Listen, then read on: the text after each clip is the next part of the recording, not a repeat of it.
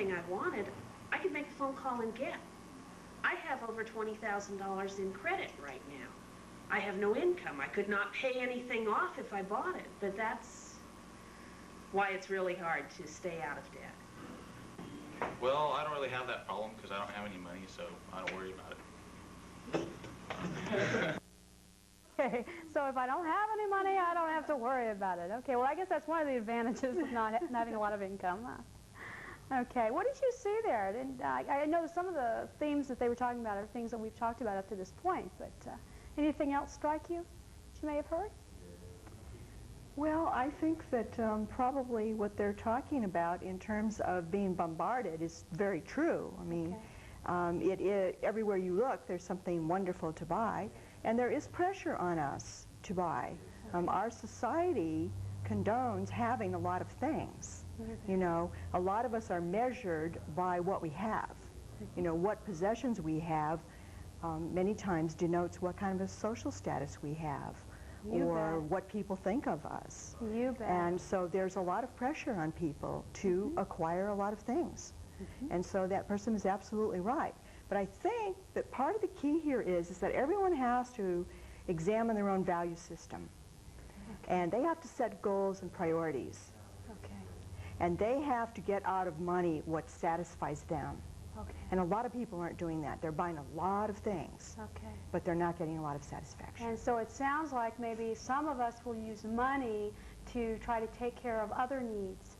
Maybe Absolutely. That we have. Maybe we're having some feelings we don't want to deal with, and it's easier to go lose ourselves in the mall for the afternoon and drop $600 than take a look at what's really going on with us emotionally and in our relationships. Have you seen that in your clients? Yes, and it's nice today, there's more help than there was before in the prior years. Money is one of the last subjects that people are talking about, and it's nice now because there are a lot of services to help people understand their value system. And, you know, what exactly does money mean to the individual person? Well, you're certainly right about it being a topic that still is, I don't think, completely socially acceptable. Let's return back to our graphics and take another look at other signs and symptoms of compulsive spending. You associate charging and the use of credit with maturity and success. You have an inordinate sense of accomplishment over meeting routine financial responsibilities. It sounds like that last one is what I was referring to before about sort of having a, you know, kind of relief at the fact that I managed to pay the rent one more time. Yeah. Which to me is a very stressful way to live. Oh, it certainly is. You know, to always be 1 month ahead of what the bills are, and to be afraid maybe that creditors are going to call. And in reality, that's not really managing your money. Everyone should have a cushion. Everyone should be able to have an emergency fund, and I think also live by a budget. And live by a budget. Ooh, budget. Doesn't budget... Sometimes we use spending plan. Yeah, I think budget sounds like diet to me. And I know diets have never been successful. I don't know if I could do budget. But yeah, spending plan sounds a lot more compassionate to me. Okay, let's take another look at our graphics. Let's see, you find money an embarrassing or unfit subject for conversation. A bank has canceled your credit card, or a store has canceled your charge account because of non-payment or repeated late payments. You hold off paying bills, waiting anxiously for the next check, and when it comes, you feel relieved. Do any of those sound familiar in terms of, for your clients? Well, I think those sound like danger signals to me. If those things are happening, you need to reassess your situation. And take a look at your financial life. But you know, do you find that people do have a tendency to either not want to talk about money, or if they do, talk about it in an exaggerated sense? I mean, I think it's still, you know, saying to somebody, how much does that cost, or talking about how much we make each year, I don't know that that's still socially okay, is it? It's becoming more acceptable. I think as people take responsibility for their lifestyle, it becomes easier to talk about. Usually when you're hiding something from yourself, you tend to hide it from the rest of the world. I know that in my struggle with money, speaking of that one of the signs I had was that whenever I would take jobs, I'd go to a job interview and go back to a second interview, I would never ask the salary. I know you've heard this before. Many and then I would times. start the first day and I'd go, oh, by the way, what are you paying me? And, Well, I think I agree with Darcy that the young people of today are a little more open about their financial situations. And I know when I was raised, money was not discussed. You know, children were not privy to anything that had to do with the household financial situation, which is, in dealing with my clients, what I encourage. I think children need to be taught about money, and I think that money needs to be taught in the schools, too. oh, that's Managing your money needs to be a part of our curriculum, because I think it's very important. Young people today are getting credit at a very early age.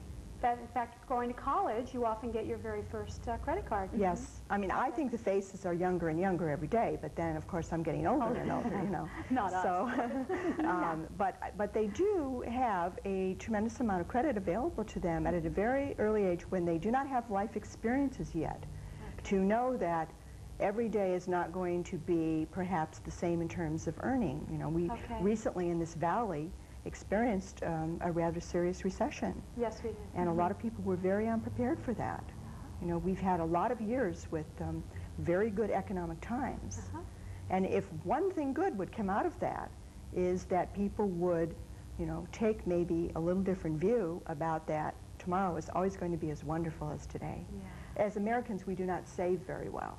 No, we don't. We tend No. to be optimistic as a culture. Yes, in general. exactly. Or use credit cards as savings. Or credit cards as savings, or, in fact, our cash advance and overdraft is income. See, people say that, well, I do have this much left on my overdraft. Let's go back to our graphics and take another look at other signs that we need to be aware of.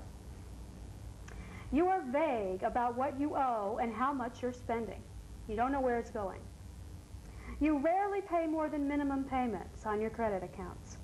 You're not concerned about bills that don't have to be paid this month. Okay, what do you think about that? I know we've already talked more about serious. the vague. It's right. It's getting a little more important to look at, isn't it?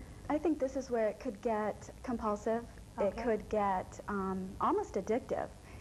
Because you set yourself up into becoming obsessed with it, and you start getting hooked on the crisis management of it, and so you've got very high highs and very low lows, and it becomes kind of a way of life. And you can look up and years have gone by, and you're wondering, what happened? So you're moving from one financial crisis to the next, and it sounds like emotionally then, you begin to see things kind of be like a roller coaster, and people around us, I imagine, can begin to see that as well. I think it's very impacting to families. We have counseled a number of people who have this high and low cycle, and it kind of revolves around when the bills come out. You know, the bills come due, and one way of getting themselves out of pain is to go shopping and to buy more to get their spirits up. And then that's good until the bills come. And then the bills come, and it's time to, you know, be depressed again because I'm incurring all this debt and I really can't pay it, and so let's go shopping. And that becomes, as Darcy said, a real kind of cycle that people get caught in and almost can't sometimes retract themselves from. Let's talk about, speaking of retracting, let's begin to talk about some solutions. Now, you know, some people, when they get to that place, will look at bankruptcy as a solution. And, you know, I don't know where consumer credit stands or how you feel about that in cash flow management. Maybe you could both speak to bankruptcy as a choice. Well, you know, I certainly feel that for some folks, bankruptcy is probably their only alternative. The thing about it is that it does not really teach you anything. There's really no lesson to be learned there. And so I feel that people should take a closer look at their situation and feel and determine that it's really necessary to do that, you know. You can only file bankruptcy once every 6 years, and it's on your credit report for 10 years. So there's some significant implications there. And it may not be necessary. And if it isn't, I think that you are a better person, and I think that it is to your advantage to try to work yourself out of your debt. And how can people do that? What kind of steps can they take, Darcy? Well, I personally considered bankruptcy at one time and have worked my way out of it. and it was not the easiest thing, but it did, like Marlynn said, I built character. I put hair on my chest. And, you know, I think that depending on the motive for the spending, you know, like I would agree with Marlynn, there are reasons to file. But for the most part, I think that the motive of getting out and paying it back is an experience that's priceless. Okay. I think that it's a safety net Okay. that's there if you really need it, Okay. and that it should be looked upon as that and not as the first option. Okay, so what kind of options do consumer credits offer us? Well, our agency offers counseling, which is of no charge, where counselors will sit down and look at people's spending plans Okay. and try to help them in any way they can, cutting expenses, increasing income, negotiating with creditors. And then if there is a more serious step needed, we have a debt management program where we will actually negotiate with creditors. We will try to get smaller monthly payments and reduced interest. And that's the plan where we advocate cutting up the credit card. Okay. And then you also offer support groups, We also have classes. support group. We have a money control workshop that Okay. meets on consecutive evenings for a month, which is a kind of a group support where people learn about their attitudes about money, and we give them some actual skills to learn, like tracking and then formulating budget plans. Okay. And Darcy, we have about 30 seconds. Can you tell us what you can offer as well? Sure. As we've gone through the show, we've talked about certain signposts, and as you can see, it's gotten progressively worse. Yeah. So when these people do arrive at our doorsteps, they're usually hurting. And one of the things they need to do before they can pay their debt back is to start to heal. Okay. To heal the deprivation that they've put themselves through and the ongoing guilt and disharmony in their life. And then they get to a place where they are excited about paying their debt back. Okay. Well, I want to thank you both for being with us tonight. I appreciate it. Join us next week as we focus on postpartum depression. I'm Mary Crocker Cook, and this has been Bay Area Psychology. Good night.